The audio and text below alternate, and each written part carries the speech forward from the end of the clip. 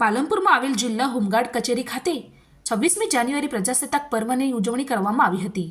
આ પ્રસંગે જિલ્લા કમાન્ડન્ટના હસ્તે ધ્વજ ફરકાવી હોમગાર્ડ જવાનો દ્વારા સલામી આપવામાં આવી હતી। બનાસકાંઠા જિલ્લામાં 26મી જાન્યુઆરી પ્રજાસત્તાક પર્વને લઈ ધામધૂમપૂર્વક ઉજવણી કરવામાં આવી હતી, જેમાં પાલનપુર હોમગાર્ડ કચેરી ખાતે જિલ્લા હોમગાર્ડ કમાન્ડન્ટ હિંમતસિંહ રાઠોડના હસ્તે ધ્વજ ફરકાવી સલામી આપવામાં આવી હતી। તેમજ આ પ્રસંગે officer commander Prashantbhai, head clerk Jayantibhai, senior platoon commander Mustakbhai, સામાજિક અગ્રણી જિગ્નેશભાઈ સહિત મોટી સંખ્યામાં હોમગાર્ડ જવાનો ઉપસ્થિત રહી સલામી આપી હતી।